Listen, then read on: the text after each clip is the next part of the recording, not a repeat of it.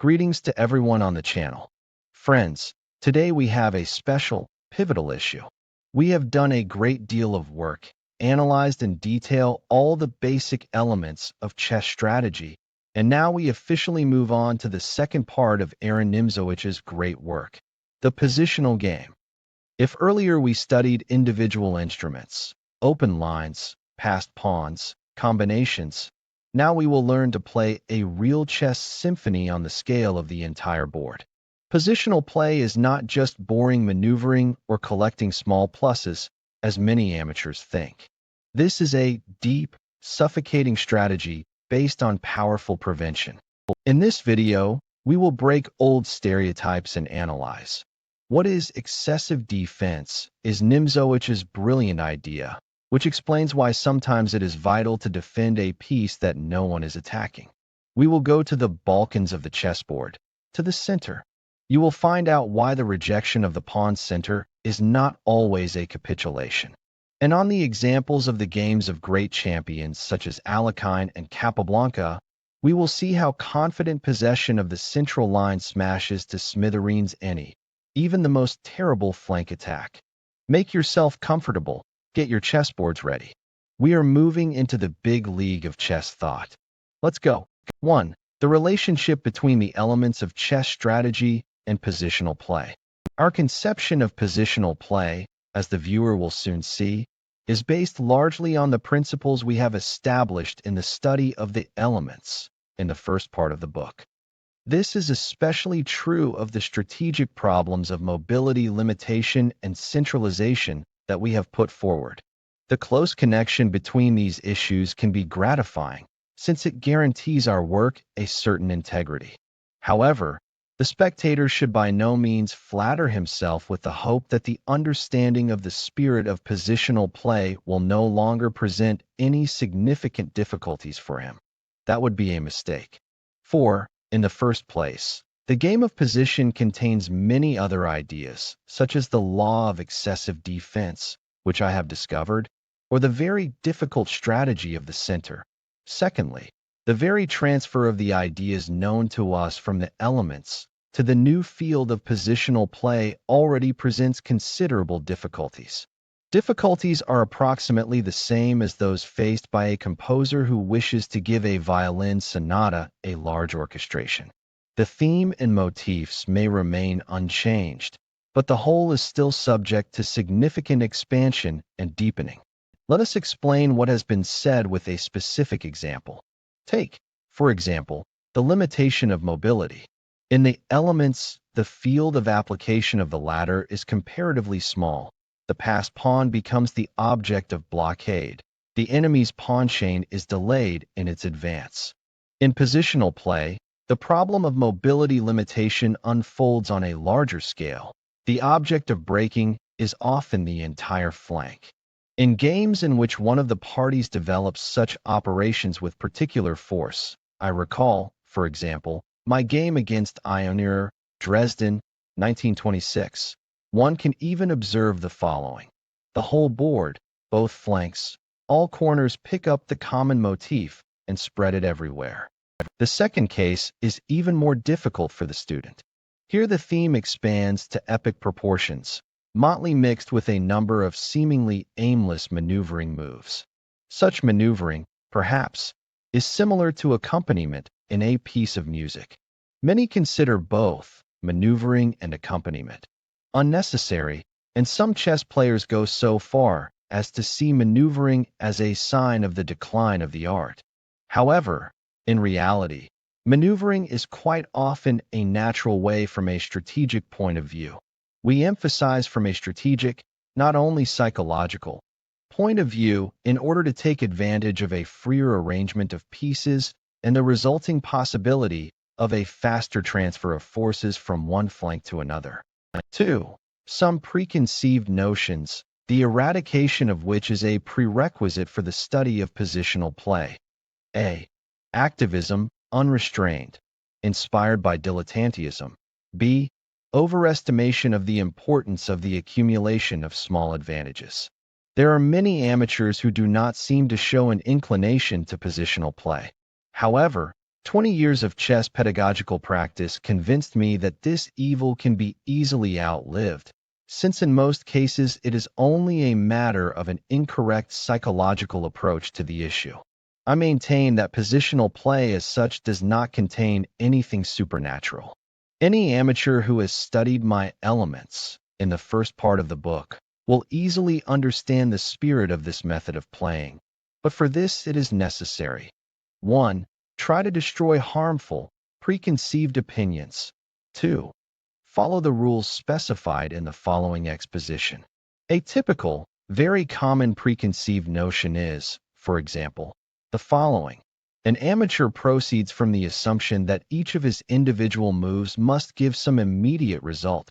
Accordingly, such a chess player will try to make only moves associated with some threat, or try to repel the opponent's threats, ignoring such moves as waiting, maneuvering, and the like. We categorically assert that it is fundamentally wrong to be guided by such an understanding of things. Positional moves in most cases cannot be considered either offensive or defensive. From our point of view, these are moves whose purpose is to strengthen the position in the deeper meaning of this concept. For such a fortification, it is necessary to bring one's pieces into contact with the enemies as well as with strategically important points of one's position. See fighting the opponent's unleashing moves and over-defense below. When a positional player, that is, a chess player who knows how to strengthen, in a deeper sense, his position, meets a purely combinational player at the board, the following often happens. A combination player who is energetically attacking counts only on two kinds of courses of the opponent. Either he waits for a defensive move, or he also takes into account the possibility of a counterattack. And so the positional player puzzles him by choosing a move that does not belong to any of these categories. This move, in one form or another, brings the positional player's pieces into contact with the point, which is the key to the position, as a result of which the position is leveled and the attack crashes. Just as puzzling is a move that defends a point that is by no means under attack. A positional player defends this or that important point not only for the sake of the point itself, but also because he knows that the defending piece increases his strength by touching a strategically important point. We will talk about this in more detail later. And now, for the sake of explanation, I will cite a game in which the above incorrect psychological approach clearly appears. I played white against a well-known, by no means weak, amateur chess player, who, however, was of the opinion that a normal chess game should proceed approximately as follows. One partner castles short, the other long. Then both sides begin to vigorously storm the enemy's king's position with their pawns, and whoever attacks faster wins. Let us now see how, and thanks to what such a somewhat amateurish understanding of play was reduced to absurdity. To e4, e5, knight f3, knight c6, d4, e takes d, knight takes d4, d6. This move can certainly be used, but only with a view to a solid defensive position, which can be created approximately by means of an f6, b7, short castling, re8 with pressure on e4, knight c3, knight f6, bishop e2, bishop e7, bishop e3, bishop d7, queen d2, a6, f3, short castling, long castling, b5, attempted b7 b5 attack, must be refuted by a positional move, which once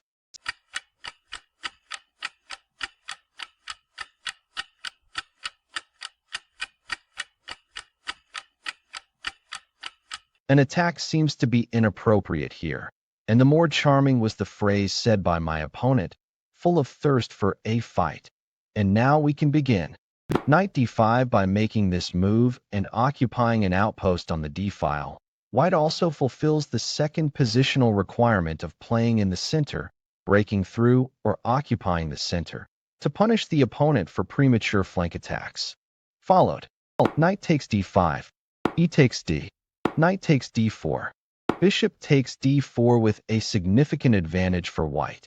He has a solid centralized position that black cannot weaken in any way. For example, bishop f6, f4, rook e8, bishop f3 followed by rhe1. Black's queenside is opened, which is a dangerous weakening for the endgame.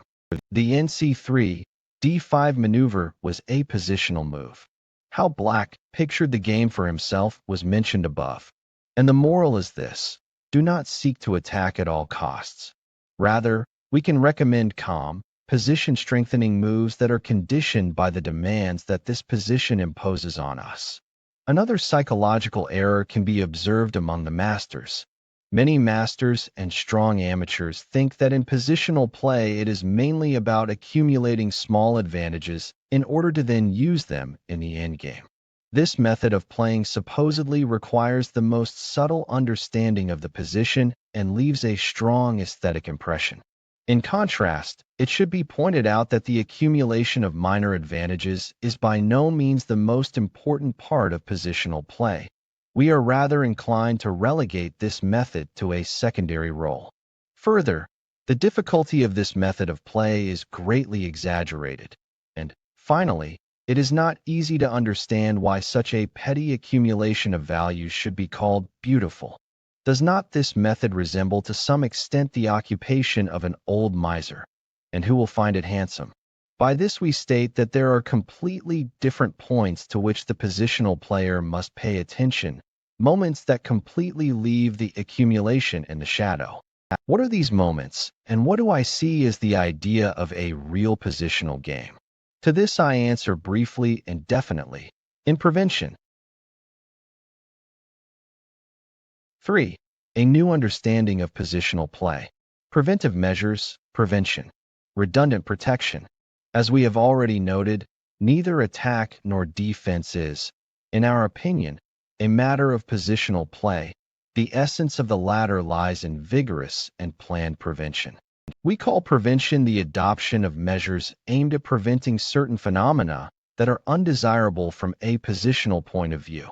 Such phenomena, if we do not talk about the disasters that sometimes happen to inexperienced players, are only of two kinds. By the way, let us remind you that the beginner should be especially careful of losing the central pawn, because its absence makes it easier for the opponent to advance the pawn avalanche. One of these two undesirable phenomena is that the opponent manages to achieve a liberating move with a pawn. Therefore, the positional player must position his pieces in such a way as to be able to interfere with the opponent's unleashing moves. At the same time, of course, in each individual case, it is necessary to check whether one or the other liberating move actually leads to the release of the game. As I proved in the article, does Dr. Teresh's modern chess game correspond to the modern understanding of the game? The truth, all that glitters is not gold, is also true of the liberating moves. Some liberating moves lead only to an unfavorable premature opening of the game, while others, on the contrary, have to be considered a normal reaction and as such must be calmly accepted because it is reckless to fight against a natural phenomenon.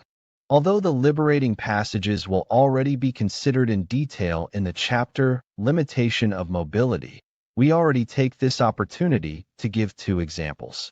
The position on the screen gives an example of an erroneous release. The move e6 e5 in such positions is, of course, one of the liberating moves, since it exposes black's constrained play. In addition, this move marks a natural positional active operation in the center as a response to white's pinch of the queenside, playing in the center as opposed to playing on the wing. White wants to play b2 b4, allowing his opponent to make the liberating move e6 e5. Is this correct?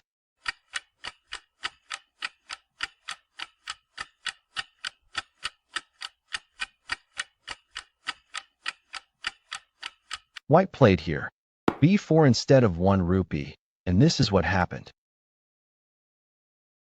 e5, d takes e, knight takes e5, bishop f4, knight takes f3, queen takes f3, queen d8, h3 followed by rad1, and the bishop or knight occupying the blocking square d4. White's position is much better.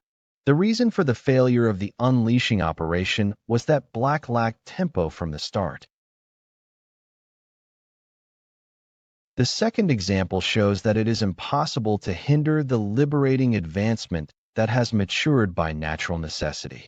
In such cases, efforts should be made to make such a liberating operation more difficult, but one should not persist in trying to make such an advance impossible at all. The situation in diagram 3 arose after e4, e5, knight f3, knight c6, bishop c4, bishop e7, d4, d6, d5, knight b8. The presence of a pawn chain makes white tend to c2, c4, c5, and black to f7, f5, bishop d3, knight f6, c4. Violent measures, such as h3, short castling, g4 would not correspond to the spirit of the position. It is more natural to resign oneself to the inevitable advance of f7, f5. Short castling, knight c3, knight e8, queen e2, so that in response to f5 continue, e takes f, bishop takes f5, bishop takes f5, rook takes f5, knight e4. Thus we establish that the creation of obstacles to the liberating pawn moves, since this operation is necessary and possible, is of the greatest importance in positional play. The creation of such barriers is what we understand as external prevention. It is much more difficult to learn the concept of internal prevention because this is a new idea. The point is that it is a question of preventing evil, which, in fact, has never been considered as such, but which nevertheless can act, and does, in a very destructive way. The evil lies in the fact that the pieces are either not in contact with their own strategically important points at all, or this contact is insufficient. Since I consider this circumstance to be evil, I had to put forward the following strategic demand. One's own strategically important points must be defended in excess of the usual norm, to be protected in excess, in other words, to defend to a greater extent than the number of attacks requires. My formulation is weak points and even more strong points. In short, everything that can be summed up under the general concept of strategically important points must be protected in abundance. Pieces who exercise excessive defense, in addition to strengthening strategically important points, occupy good positions in all respects and, therefore, gain in importance. In addition to what has been said, 2 explanatory remarks should be made. Note 1. Let us recall the puzzling circumstance which we have noted in the study of passing pawns, that the blocking fields in most cases turn out to be good fields in all respects. The activity of a piece full of strategic merits, a blockade carried out according to all the rules of art, received its reward in the form of a wide opportunity for the blocker to develop active operations from the blocking field, just like in a fairy tale, where good deeds are always rewarded. The idea of overprotection is nothing more than the idea we have depicted above on a larger scale. Suppose we are defending a strong pawn with a margin, say, the e5 pawn, as in this position. Defending with the d4 pawn is not enough because white after c6, c5 is supposed to respond with dx c5, surrendering the base of the pawn chain and taking the vacated d4 point with a piece. White's move. Which clause should be protected in abundance?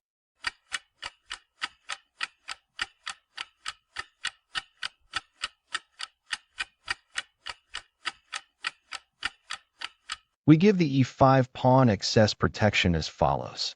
Knight d2, knight e7, knight f3, knight g6, rook e1, bishop b4 to move the bishop to c7, c3, bishop a5, bishop f4 third, backup, protection, short castling, bishop g3, bishop c7, knight g5, And now the inner power of the excess defense manifested itself in a striking way. The seemingly lifeless, reserve defenders, knight f3, bishop f4, and rook e1 suddenly became active. Rook f8, knight f4, knight h8, queen g4, knight f8, rook e3, b6 bd8 was somewhat better. Knight h5, knight hg6, rook f3, rook e7, knight f6, king h8, and white won by. Knight f takes h7, knight takes h7, knight takes f7, rook takes f7, rook takes f7. The meaning of what happened is as follows. As a result of the excessive protection of a strategically important point, the reserve defenders were able to widely deploy active operations against the enemy king. We will confine ourselves to giving one more example. Alekhine's last move was qc8, f5, rook ad1, rook ae8. Which clause should now be protected in abundance?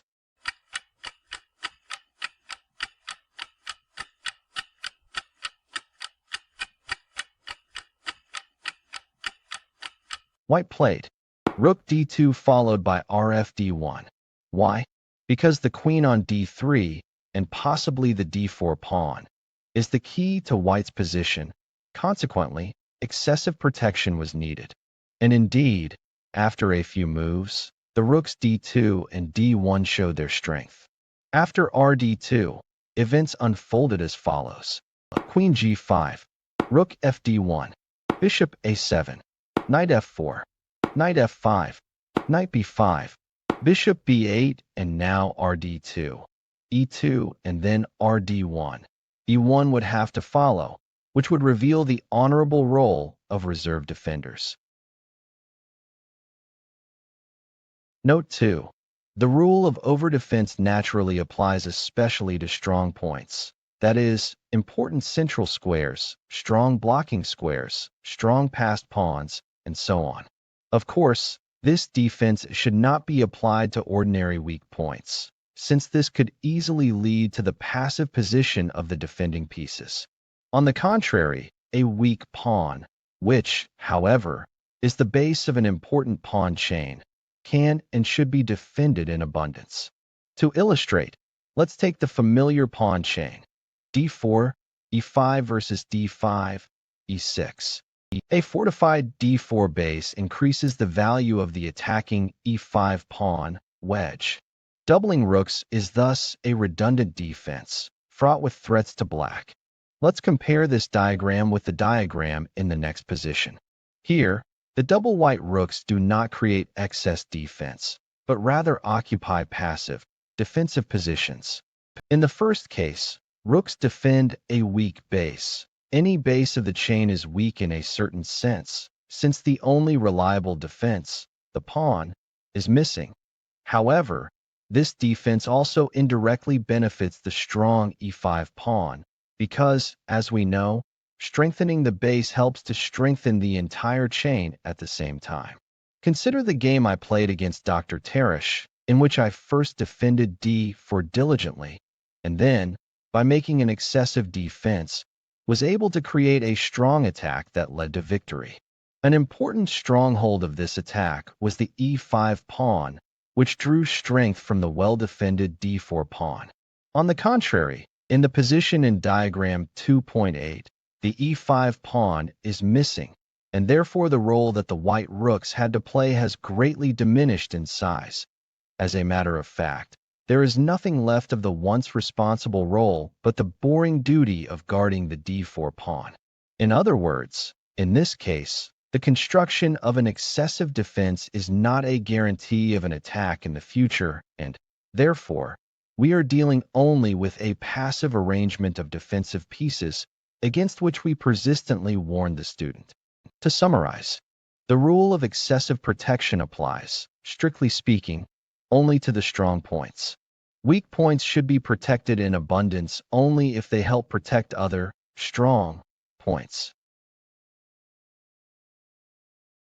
For total mobility of the pawn mass, along with prevention, The island postulate of my theory of positional play is the idea of the general mobility of the pawn mass.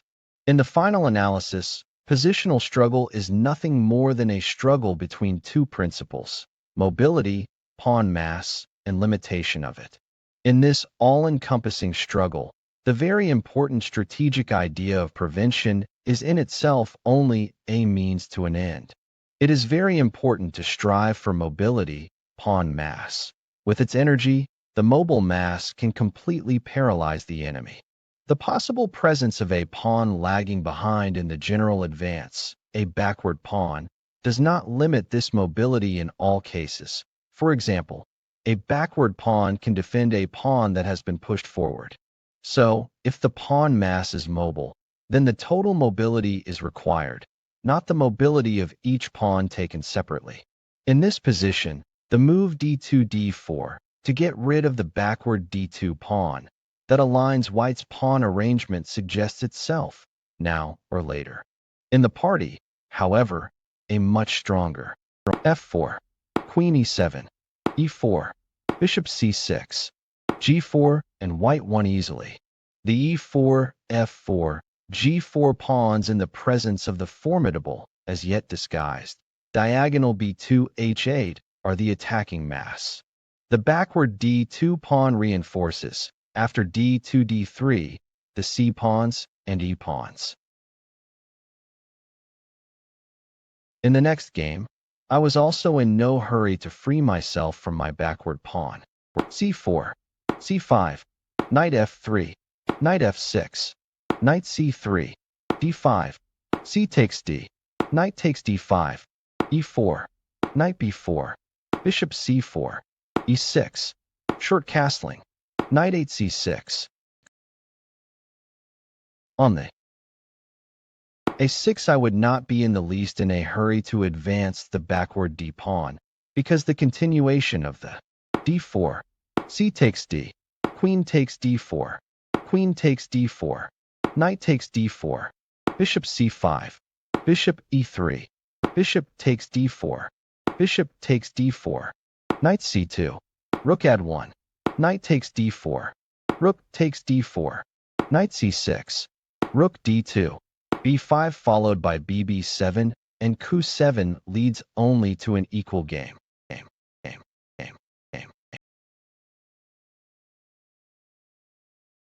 In response to a6 I would have chosen after a preliminary a3, knight for c6 move, d3, and then, after b3 and the development of major pieces, the attack would be quite prepared.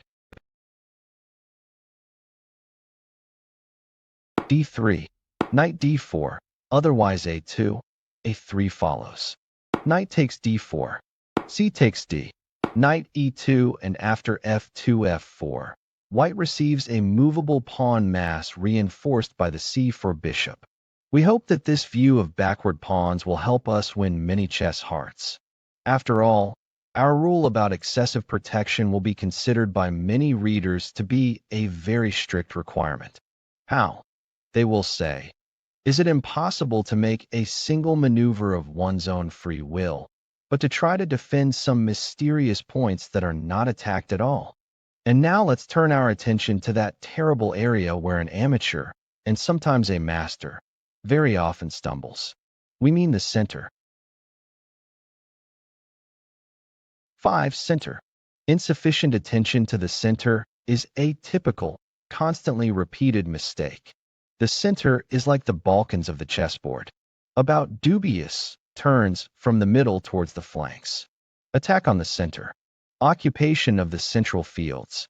Everyone probably knows that in certain positions it is necessary to direct pieces against the enemy's center. For example, in positions with white pawns on e4 and f4 and black pawns on d6 and f6, or d4, c4 against e6, c6. On the contrary, it is less well known that even with the pawns somewhat stabilized, the observation of the center is still a natural strategic necessity. The center is the Balkans of the chessboard. There, the possibility of military operations is constantly hanging in the air. The book was written at a time when the Balkans were called the powder magazine of Europe. To begin with, I will remind you of the situation that arose after that, which did not inspire any doubts about the reliability of the center. e4, e5, knight f3, knight c6, bishop c4, bishop c5, knight c3, knight f6, d3, d6, bishop g5, h6, bishop h4, g5, bishop g3 here. Despite the above-mentioned stability, two threats still loom over black's center, bb5 followed by d3, d4, and nd5 followed by c2, c3, and d3, d4. Another example is the beginning of the next game. After e4, e5, bishop c4, bishop c5, knight c3, knight f6, d3, knight c6, bishop g5, h6, bishop h4, g5, bishop g3, h5, h4, g4, queen d2, d6, knight g2, queen e7. Short castling black thought he could afford a move like a6. The resulting loss of tempo is all the more perceptible since the position is closed only in appearance, but in reality it can be revealed at any moment by means of nd5. This applies to 90% of all closed central positions.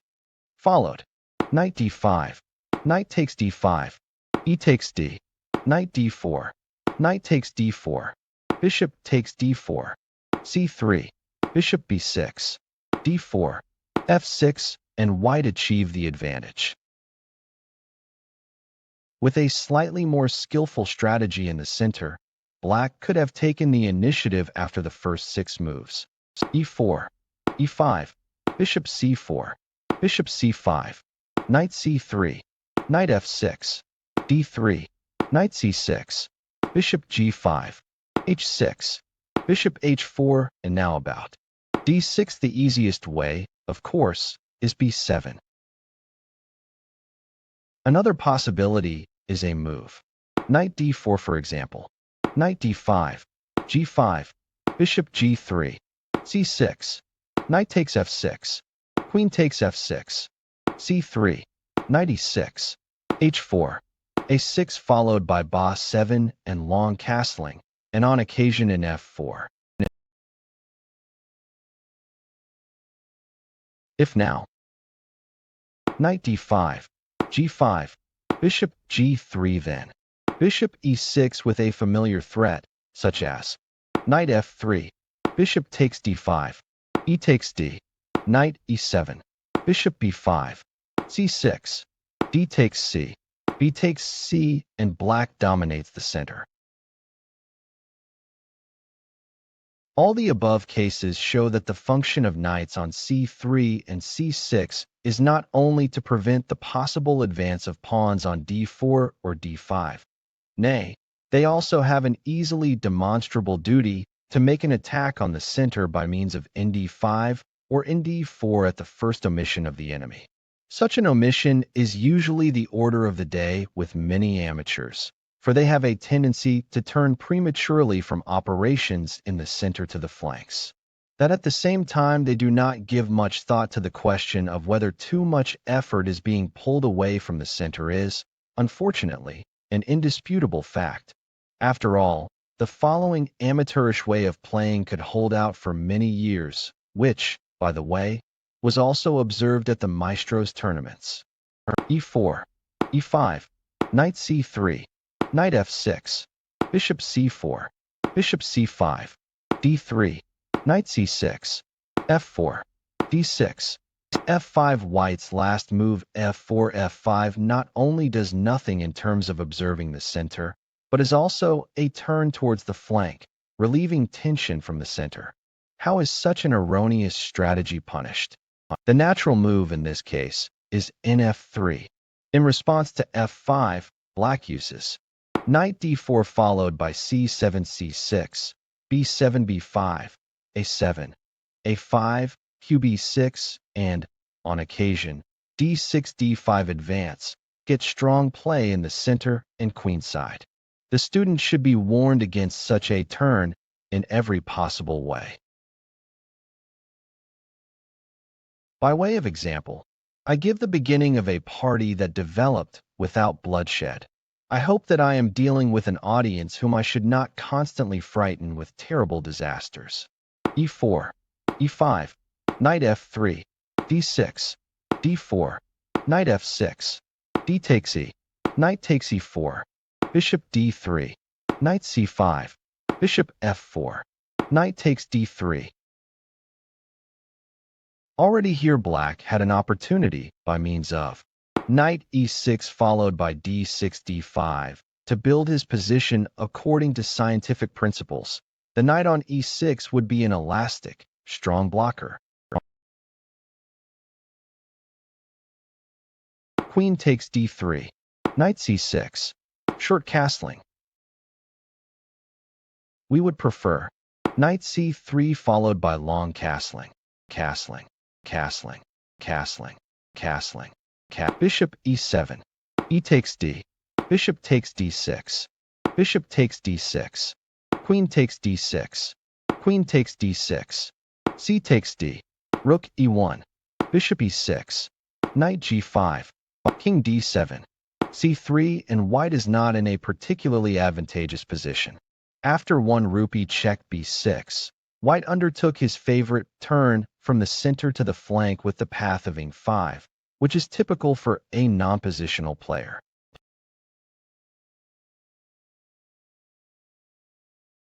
Which strategy is more appropriate here?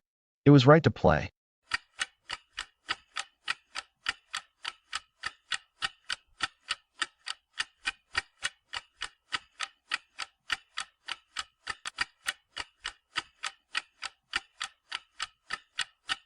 Knight C3, then NB5, NBD4 with centralization and great play. And now we will cite a game that is characteristic of that disdain for the strategy of the center, which is often found even among strong chess players. D4, D5, Knight F3, Knight F6, Bishop F4, E6, E3, C5, C3, B6. The move B6 made in the game must be recognized as a typical mistake, since it seems to ignore the existence of a central theater of war. Best 4. Knight C6 if. Knight BD2. Bishop E7. H3 so that it is possible to retreat with the bishop in the case of NH5. Then, Bishop D6. Knight E5. Bishop takes E5. D takes E. Knight D7. Knight F3, a typical example of a fight for the center point.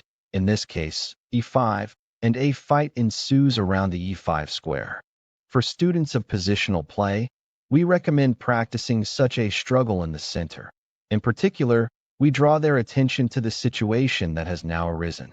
A good plan is A6, Bishop D3, F6 so that after E takes F, Queen takes F6 with E6 E5, capture the object of the struggle, the point E5, the point, not the E5 pawn.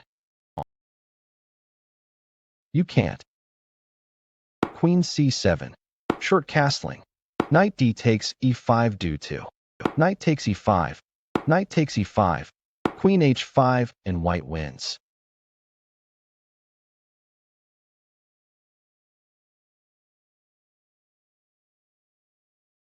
Knight BD2, Bishop D6, Knight E5. I like this move, although from an objective point of view, perhaps I should have preferred a chance tactical opportunity. Bishop B5, Bishop D7, Bishop takes D6, Bishop takes B5, D takes C, but N5 is quite a logical continuation, since the move B7 B6, which leaves the center unattended, is a loss of tempo. The attack on the center must be considered certainly timely. Bishop takes E5, D takes E, Knight FD7, Queen G4, Rook G8, Knight F3, Knight c6, bishop d3, knight f8. Knight g5. E5 is undeniably in white's possession. But where should they attack? On the queen side, royal, or in the center? White makes a strategic mistake by underestimating the importance of e5, which is the key to the entire position. In no way could the attack be carried out to the detriment of the security of point e5. As we know, it would be more appropriate to use excessive protection. Action. The correct strategy was to stay passive on the king side and develop operations in the center, e3, e4, and queen side, b2, b4, and a2, f4, for example. Short castling, bishop b7, b4, c4, but not. C takes b, knight takes b4 due to bishop g5 with winning a piece or other troubles for black. Bishop c2, queen d7, a4, a6. If long castling, then a5, b takes a, b5 with a winning attack. e4, long castling, bishop e3, king c7, a5 with a decisive attack. Queen c7, bishop takes h7, rook h8, bishop c2. Black's move. How can they punish the opponent for his negligent attitude towards the center committed in the last moves?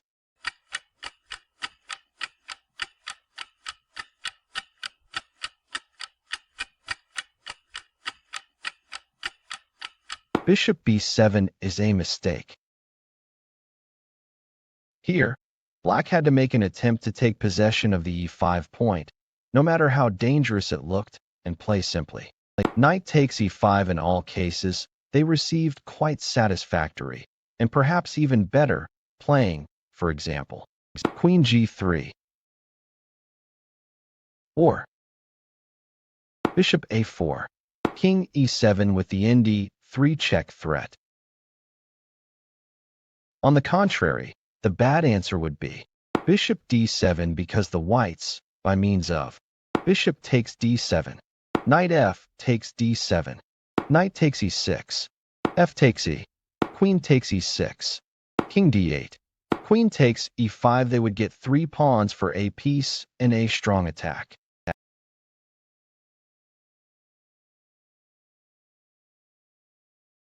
But by means of king e7, as mentioned above, Black was trying to make a great game.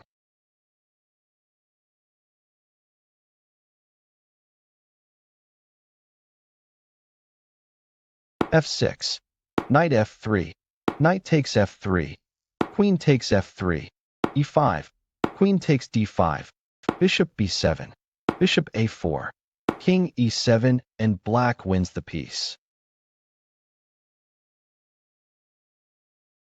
After all that has been said, the content of the game is as follows.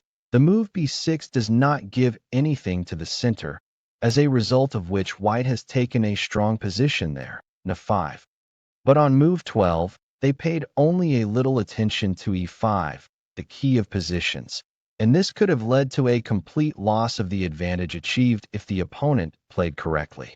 From this, you can see how important the right strategy in the center is. Knight f3, g6, bishop g5. As soon as the dangers in the center were by, white was again sacrificing his main positional advantage, the e5 point. The reserve defenders, the f3 knight and the f4 bishop, had to remain in their places, and they had to develop in the manner indicated in the note to move 12. Knight takes e5. Black finally shows decisiveness. Knight takes e5. Queen takes e5. White must and can regain possession of e5. How?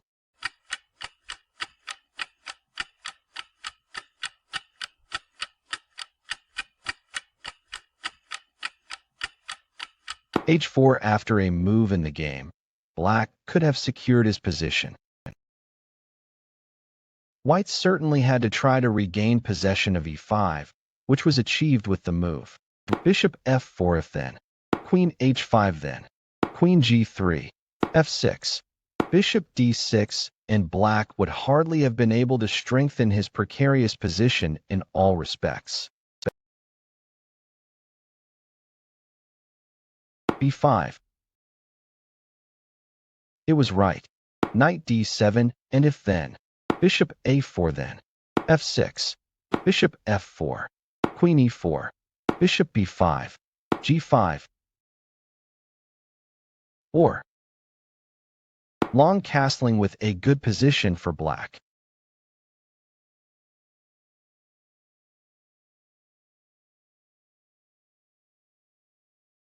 Short castling, knight h7, bishop f4, queen h5, queen takes h5, g takes h, a4. White plays the next part of the game very wittily.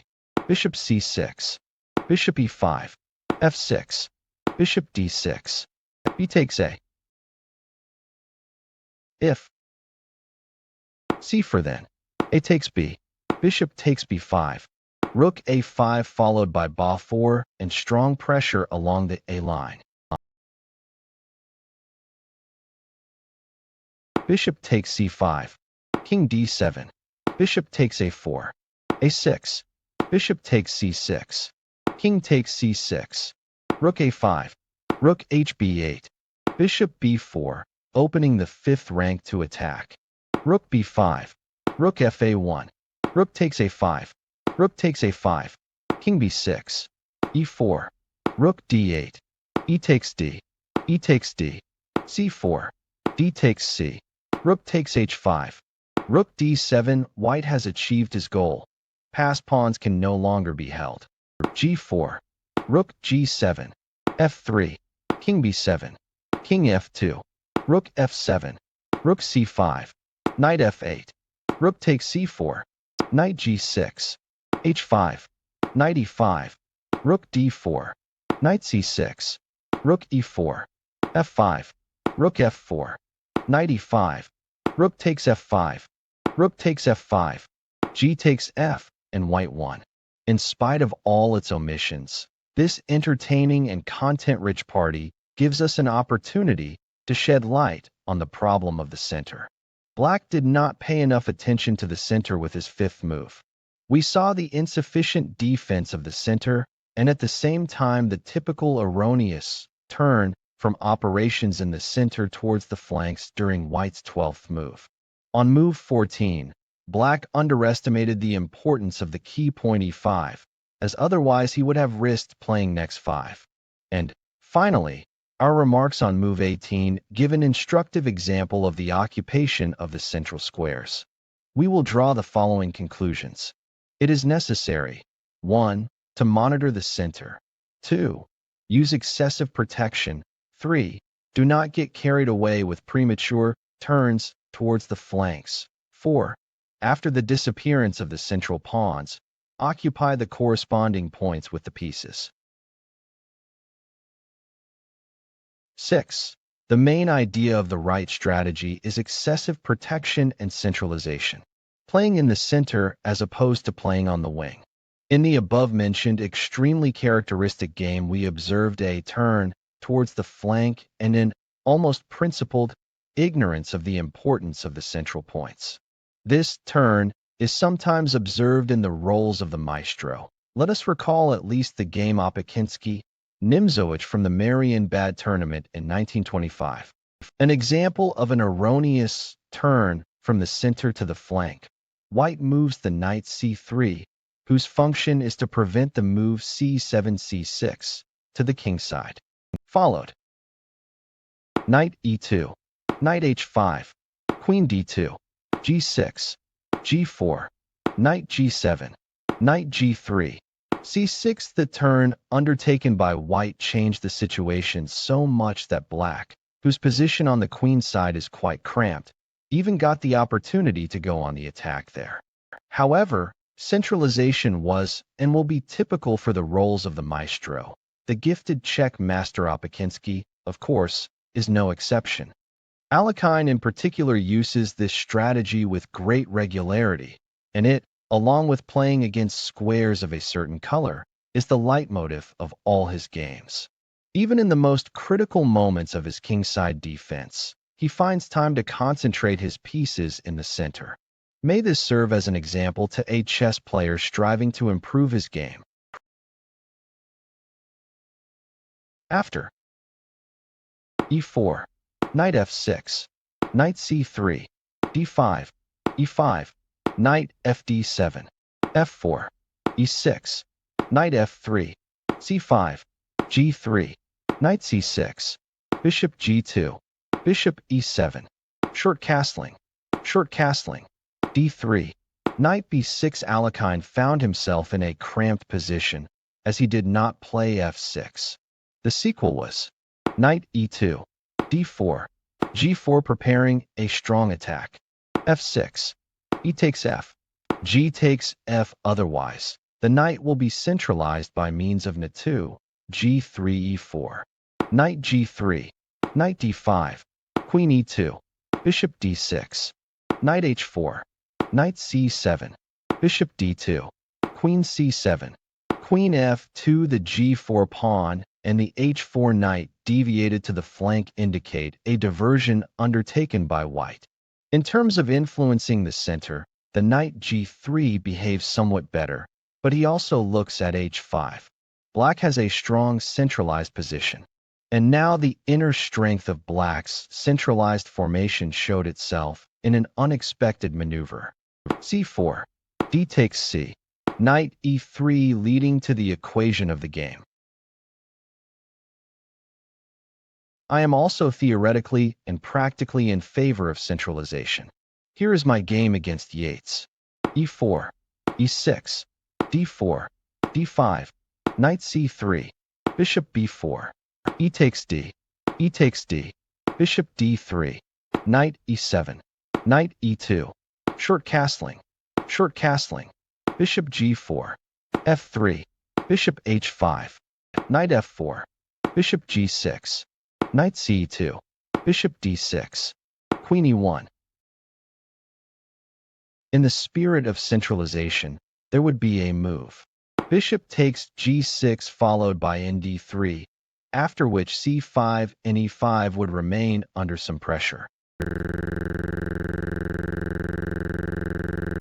c5, d takes c, bishop takes c5, king h1, knight bc6, bishop d2, rook e8, knight takes g6, h takes g creates a central hardpoint on f5, f4,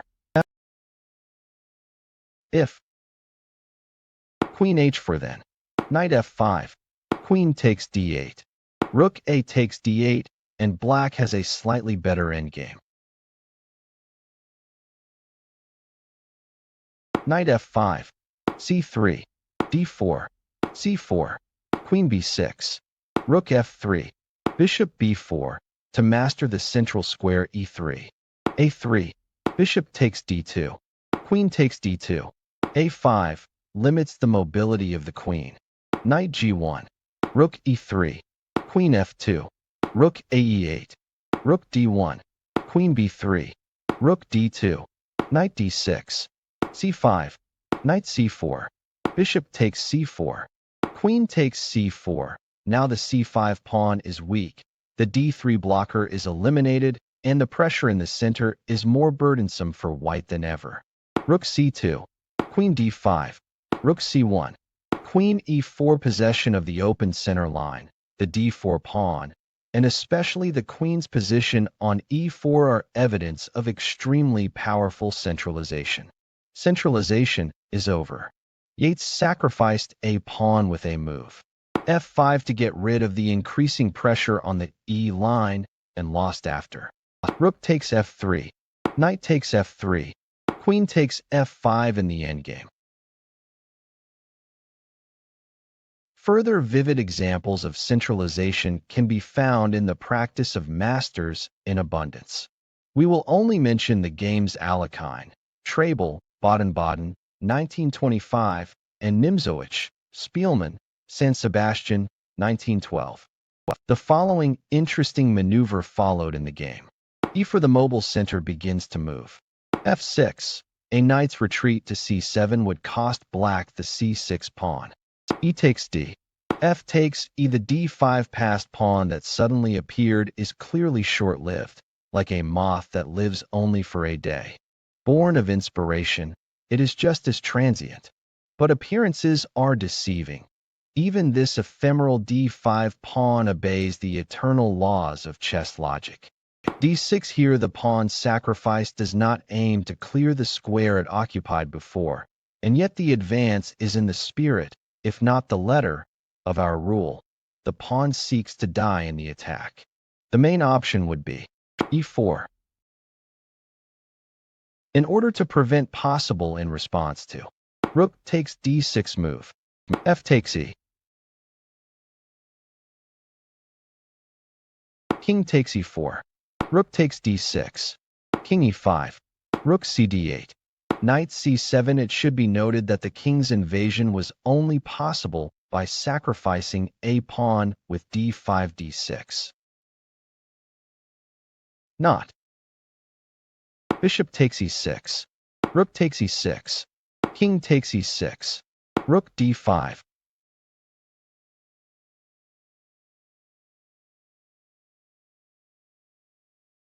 Let's watch an excerpt from the next game. Bishop f5. Knight takes d4. Bishop takes c8. Rook takes c8. C takes d. Short castling. D takes e. F takes e. Queen takes d5. Queen f7. Queen takes f7. Rook takes f7. Bishop takes e5. White moved the game to an endgame in which the pawn advantage is only temporary, but a stable centralized position of the bishop is achieved. Followed. Rook f5. f4. Rook takes h5. Rook ab1. Bishop e7. King f2. Ongoing centralization. b6. King f3. Rook h6. Rook fd1. Rook c4. Rook d7. King f7. a5. b5. Rook e1. Rook cc6. Bishop d4. Rook e6. Rook h1. h6. Rook b7. Rook ed6. Bishop e5. Rook e6. King e4. After the preparatory maneuvers of the white rooks, it should be noted that the rook on b7 fixes the defended b6 point, trying to materialize possession of the 7th rank. The black rooks turn out to be passive enough to make it possible for the white king to advance further. The e5 bishop, the e4 king, and the f4 pawn form a peace island together. The bishop covers the shelter, the e4 square. Rook c4. King f5. Rook c5. Rook d1. b4. Rook d8. Rook takes a5. Rook f8. King takes f8. King takes e6. Black resigned. Now let's move on to the analysis of the game in the center, which is carried out as opposed to playing on the wing. The Nimzowitsch-Alekhine game quoted earlier is an example of how such a struggle usually develops. A chess player who prefers to play in the center always has the best chances, especially when the struggle is conducted in certain typical positions, characterized as follows. One of the partners undertakes a successful diversion towards the enemy flank. Everything seems to be in order, but the opponent has an open center line. In the presence of this, the flank attack crashes with amazing regularity. But what is even more striking than this regularity is that such diversions, undertaken under the aggravating circumstances mentioned above, are constantly finding new adherents. And all of them pay tribute, in the form of a defeat, to the incontrovertible truth that the central line is stronger than the flank attack. The tribute paid once by the author of this book was the loss of the first prize. I lost the decisive game to Rubinstein in San Sebastian in 1912, Rubinstein Nimzowitsch, and had to be content with sharing the second and third prizes. d4, knight f6, c4, d6, knight f3, knight bd7, knight c3, e5, e4, bishop e7. Probably nothing can be objected to the immediate fianchetto. G7 G6 followed by BG7. Bishop E2. Short castling. Short castling. Rook E8. Queen C2. Bishop F8. B3. C6. Here, as Lasker rightly pointed out, a healthier continuation would be G6 followed by BG7, and then EXD4 followed by N5. 5. Bishop B2. Knight H5 sabotage, which costs 2,500 francs, and the first prize. G3. Knight B8. Rook Ad1. A central line appears on the horizon. Queen F6. Knight B1. Bishop H3. Rook F1. Knight F, for that I would be able to move the knight to F4 under all circumstances. I foresaw this already at NH5, and it is a pity, for otherwise I would certainly have refrained from the temptation to undertake any kind of diversion. D takes E. D takes E.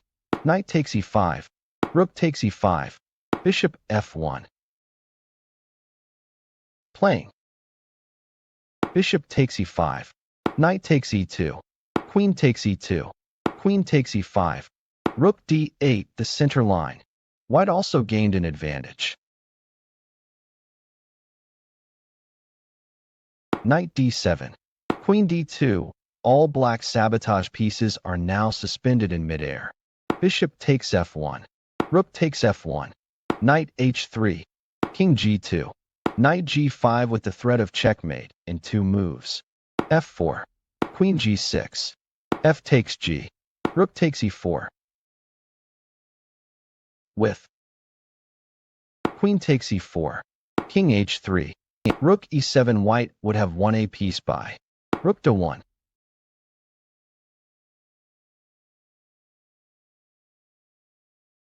The relatively best move was Rook E7 at that time.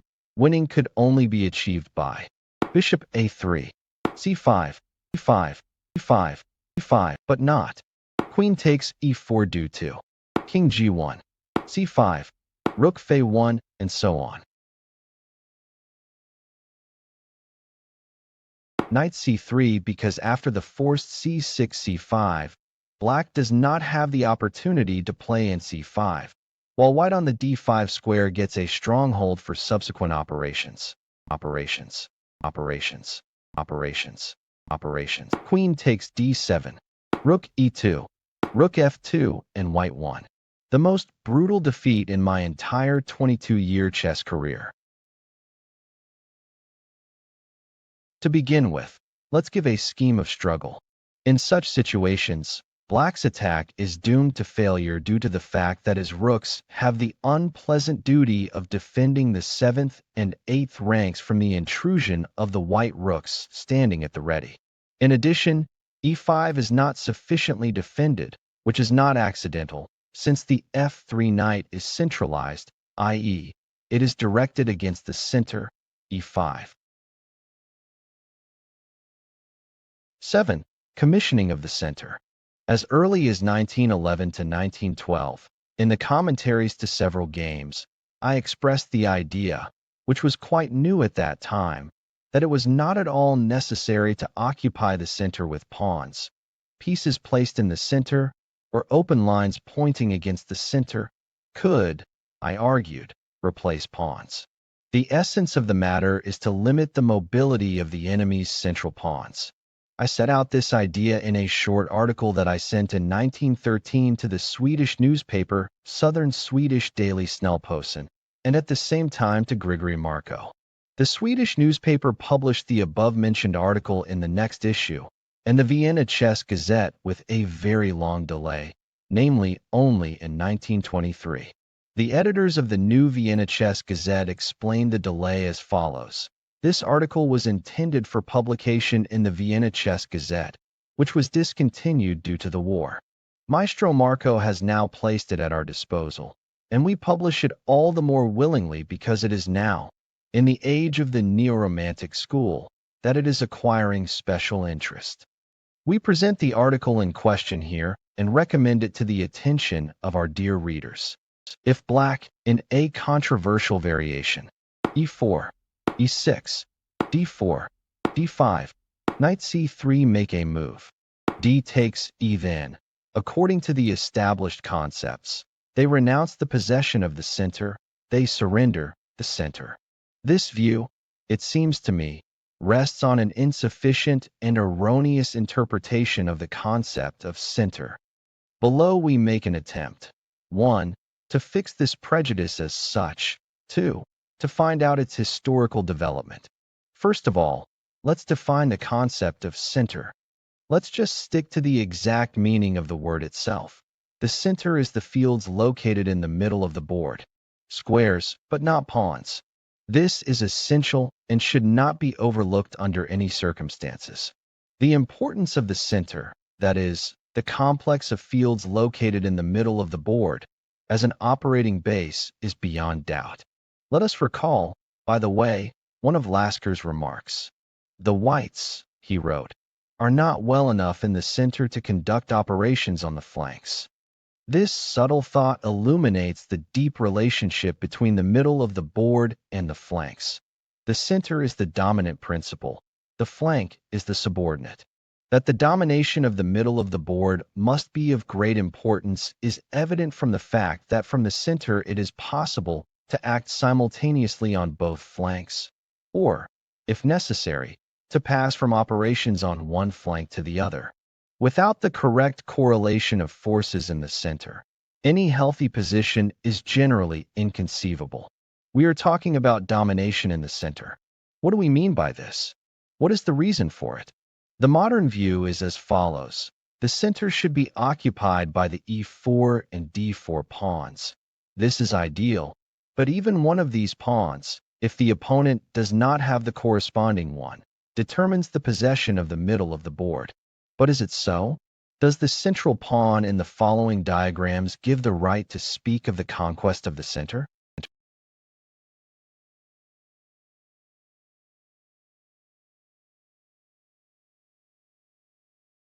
Suppose that in the initial stage of the battle I with a handful of soldiers occupy an open, that is, unfortified, area located in the center, and at the same time do not prevent the enemy from firing at the conquered position. Will it occur to me to talk about owning a disputed plot? Of course not. Why should I do this in a chess game? From what has been said, it is clear what the point is. It is not only the occupation of the center by the pawns that is important, but the balance of forces in the center of both sides is much more important, and this is determined by completely different factors. I formulated this idea as follows. The disappearance of a pawn from the center does not mean the surrender of the center. The concept of the center is much broader.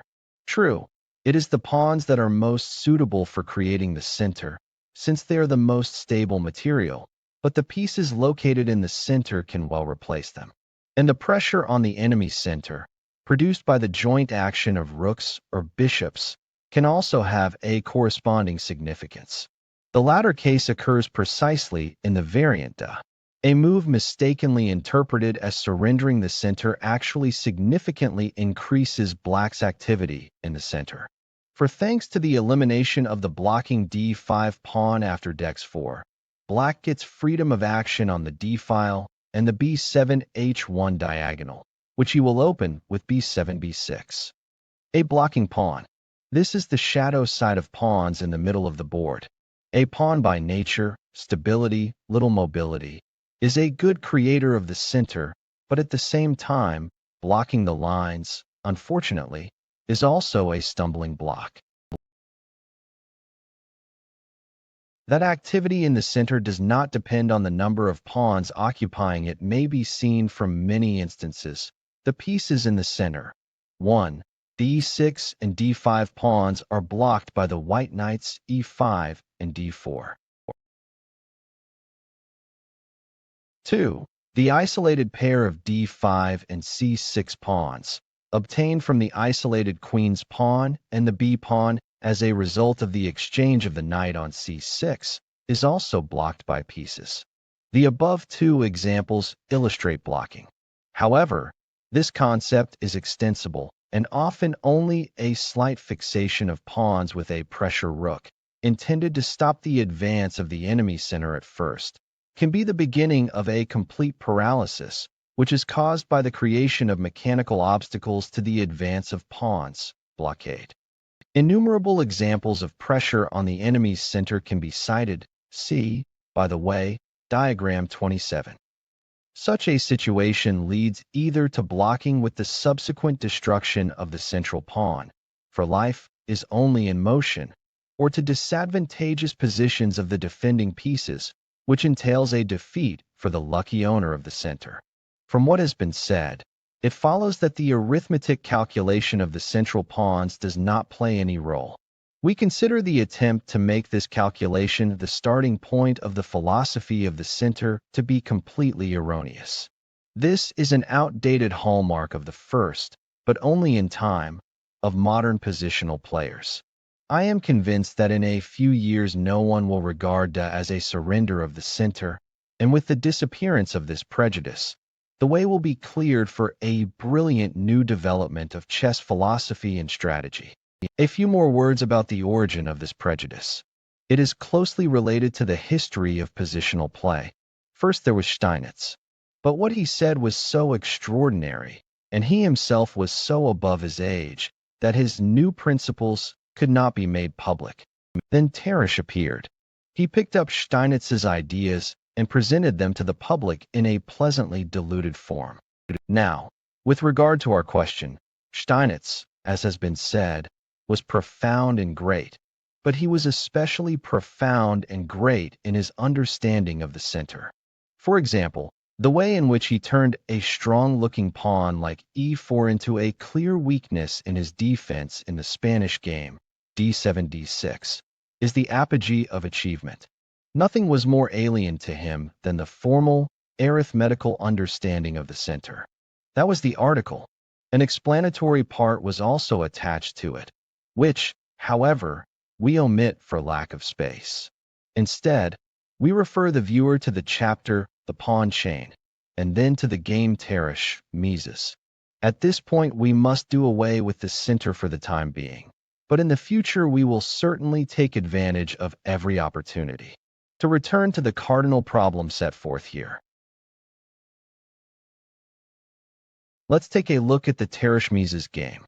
e4, e6, d4, d5, knight c3, d takes e. With this move, black gives up the center, but opens the d line and the b7 h1 diagonal to put pressure on the opponent's center.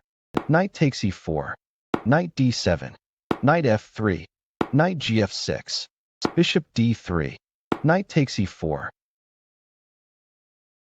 It would be more solid. b6, but the move in the game is also acceptable. Bishop takes e4, knight f6, bishop d3. On. Bishop g5, bishop e7, bishop takes f6. Best answer. G takes f. b6, bishop g5, bishop b7, short castling, bishop e7, queen e2, short castling, rook ad1, h6. Lack of the necessary tournament endurance. Why not? Queen d5, if white plays c4, then queen a5 followed by rad 8, and already sensitive pressure. If, in response to qa5, there is a d5, then rook ae8 with strong counter threats. For example, d takes e, bishop takes f3, and then qg5. It is not difficult to see why contact with point d5 should be so beneficial. In this case, it is, first, an outpost on the line d, and second, an outpost on the diagonal b7 h1. Finally, point d5 is also a blocking field. The extremely important strategic importance of point d5 explains the fact that any contact with it produces excellent results. Bishop f4. Queen d5. Now this move is disadvantageous, since the c7 pawn is not defended. Deviation from the right path begins to take its toll. Take c4, queen a5, bishop takes c7, bishop takes f3. It deserved attention. Rook ac8, bishop e5, rook fd8. After that, White's central pawn mass is very constrained in its advance. G takes f, queen takes a2. Black does not want to reconcile himself to the loss of a pawn and seeks compensation in a risky way, as a result of which he loses the queen. They could still resist by playing rook fc8, bishop e5, knight d7 threat in h1 followed by rg1. If then, if bishop e4 then, knight takes e5, bishop takes a8, knight g6 and threatens in f4, bd6 and qh5. Rook a1, queen b3, bishop c2, queen b4, rook a4. Black resigned. Graceful queen win. This part illustrates the idea of general mobility, partly highlighting the problem of prevention. Knight f3, d5, b3, knight f6, bishop b2, c5, e3, e6. Black avoids developing the knight on c6 because it could lead to pin bb5, knight e5, knight bd7, bishop b5, a6. Black had to play bd6, firstly for the purpose of faster development, and secondly to counteract White's desire to strengthen diagonally on b2 g7. The latter wants to lean on the diagonally located outpost e5. Thus, the adoption of preventive measures, prevention, was an urgent need. For example, bishop d6, knight takes d7, bishop takes d7, bishop takes d7, queen takes d7, bishop takes f6, g takes f, and Black's doubled pawns have both light and dark sides. See Chapter 2.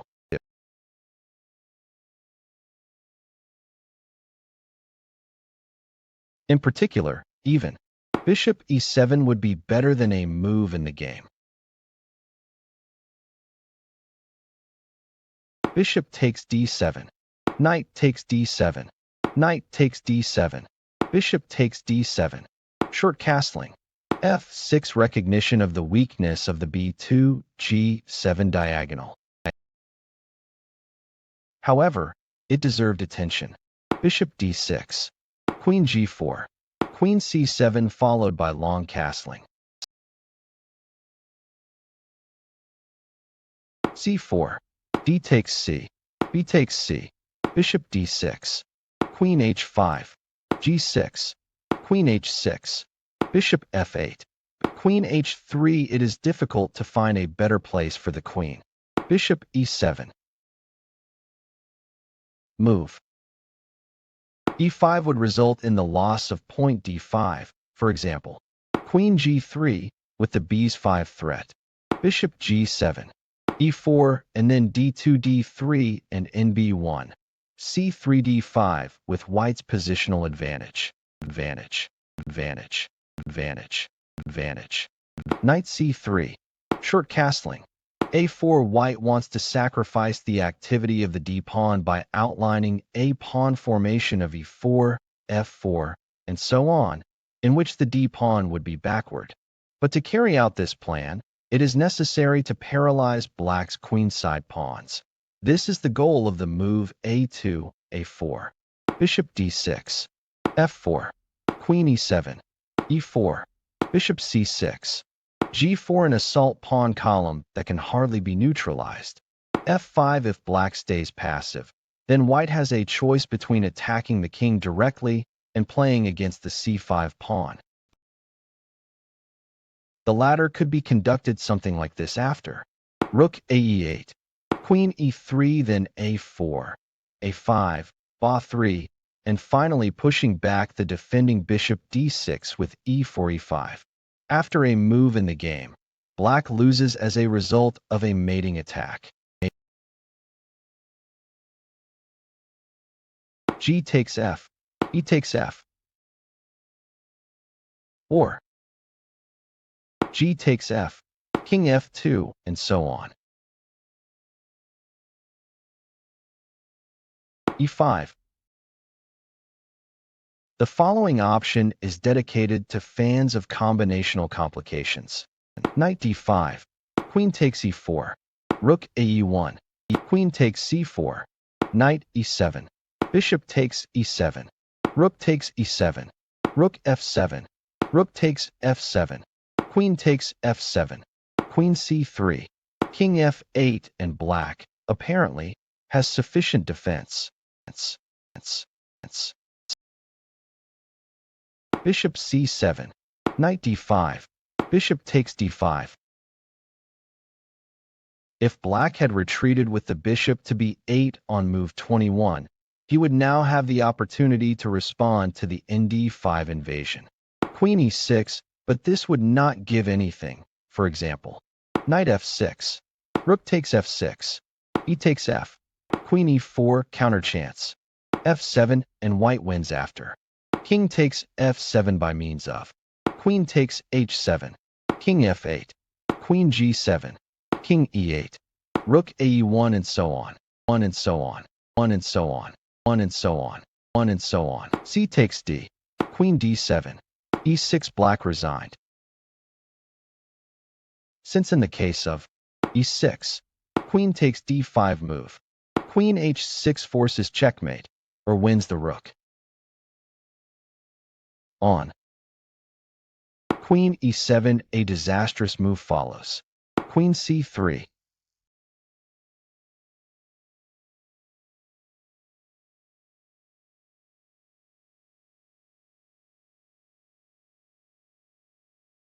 The next game gives an example of how easily an early surrender of a center can lead to a rout.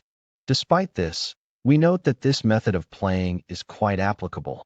You can't just allow yourself to be led astray from the very beginning, which can easily happen with this way of playing. To defend the opening, you need to oppose the opponent's aspirations with all your tournament endurance, as far as you have it at all, and then you get good chances in the further development of the fight. We will only point to this kind of game, Grunfeld, Tartakower.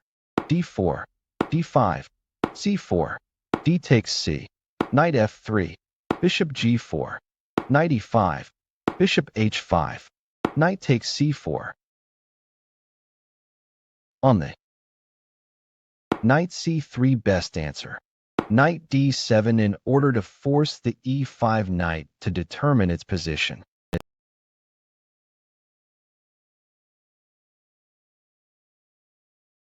Theory evaluates the option. Knight takes C4, Knight F6, Queen B3, Knight C6, E4 is advantageous to white, white, white, white, white. E6, Queen B3, dual threat, QXB7 and QB5 check.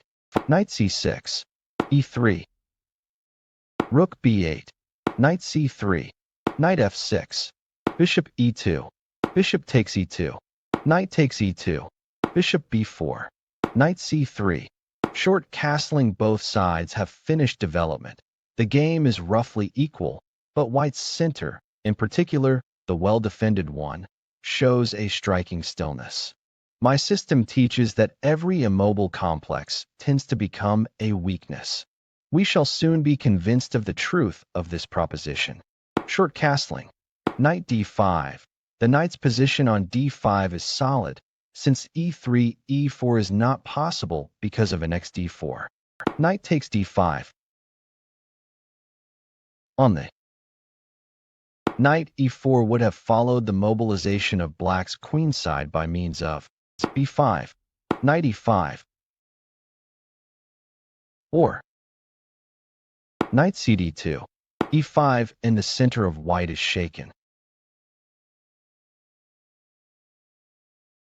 Knight takes E5, D takes E, C5, A3, C4.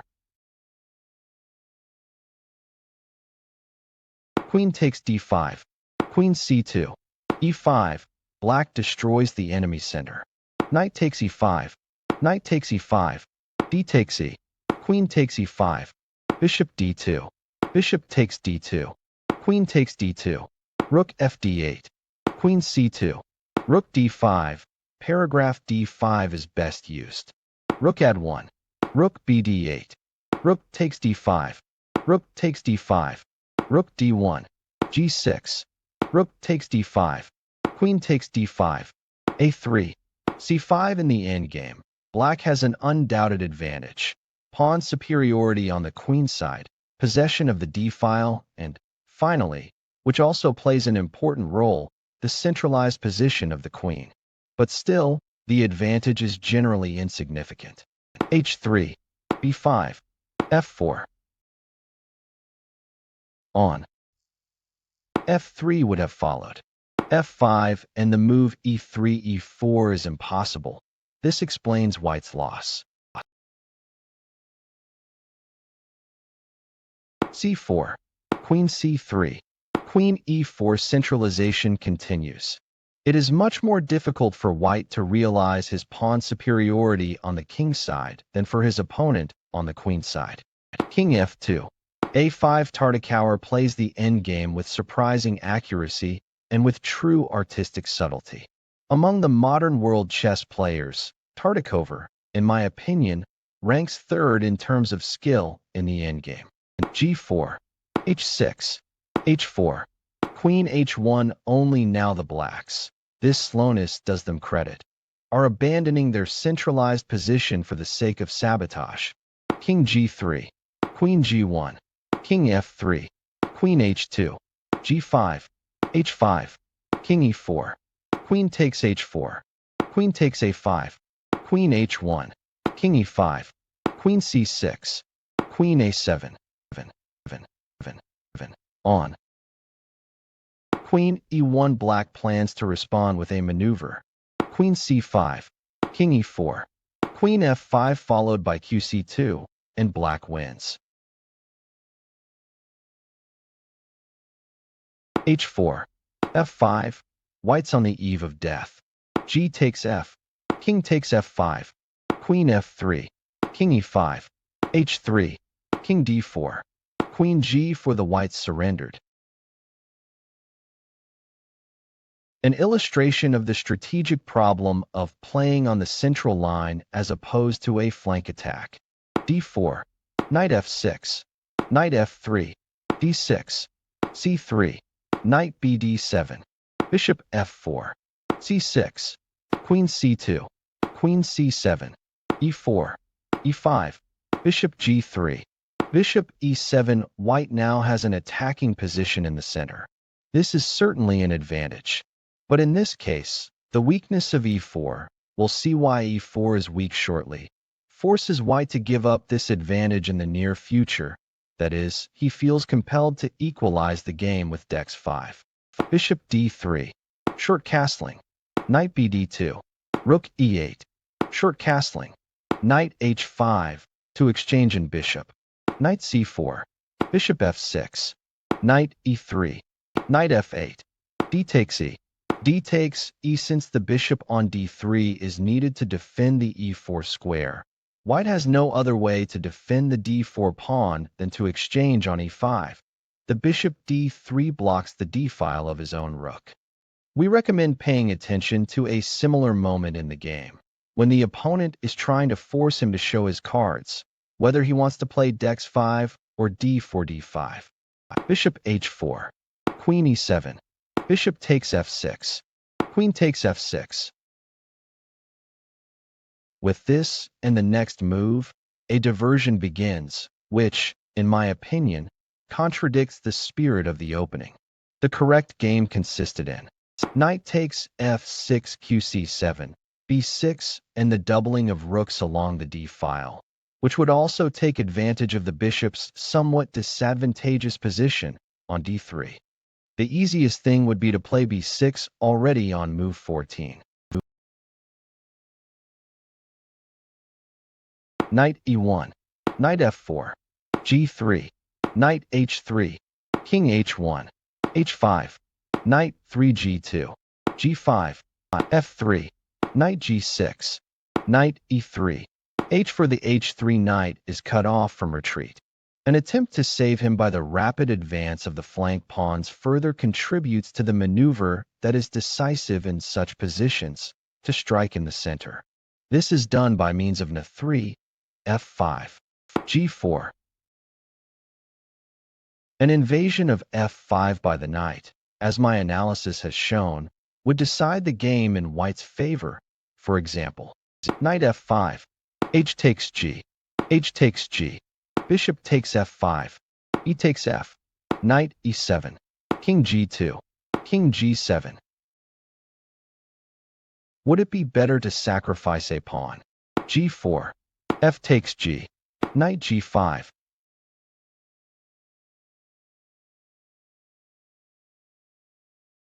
Also interesting, knight d5, queen d2, g4, c4. But not. F takes g, e4, king takes h3, e takes d with the threat of n3 and qh8 check.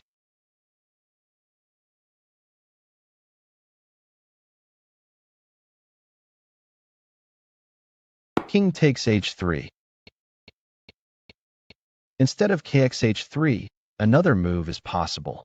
Rook h1, which, according to my analysis, also leads to a win for white. Rook h8.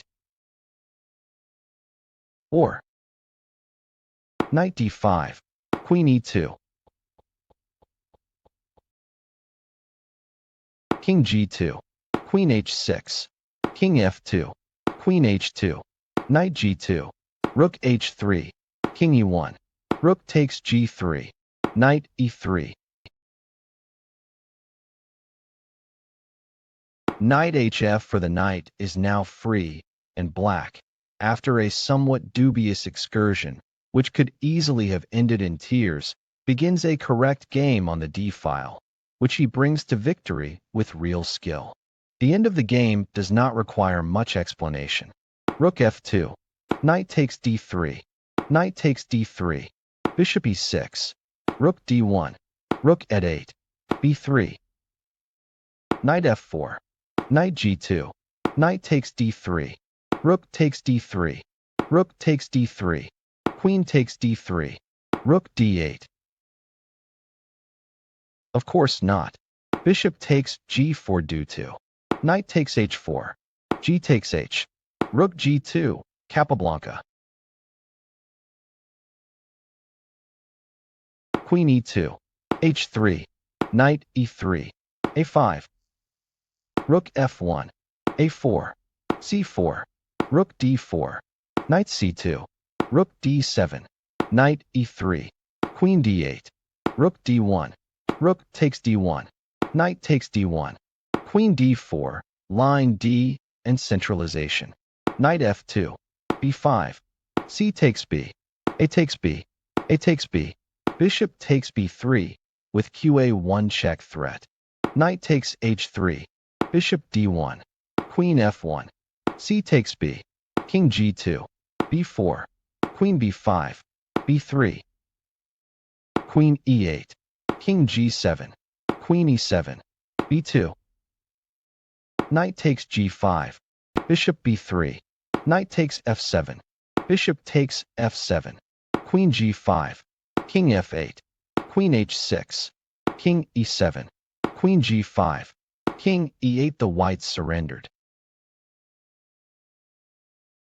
This game illustrates the strategic idea of open lane pressure on the pawn center. Motto: first limit mobility, then block, and finally destroy. d4, e6, e4, d5, knight c3, knight f6, bishop g5, bishop e7, e5, knight fd7, bishop takes e7, queen takes e7, queen d2, short castling, f4, c5, knight f3, f6. When starting to attack the pawn chain, it would be more correct to play beforehand. C takes d, knight takes d4, and only then f7, f6. However, the situation that would have occurred after. f6. E takes f. Queen takes f6 is very similar to the situation after the move in the game. E takes f. Queen takes f6. g3. Knight c6. Long castling. a6. Bishop g2.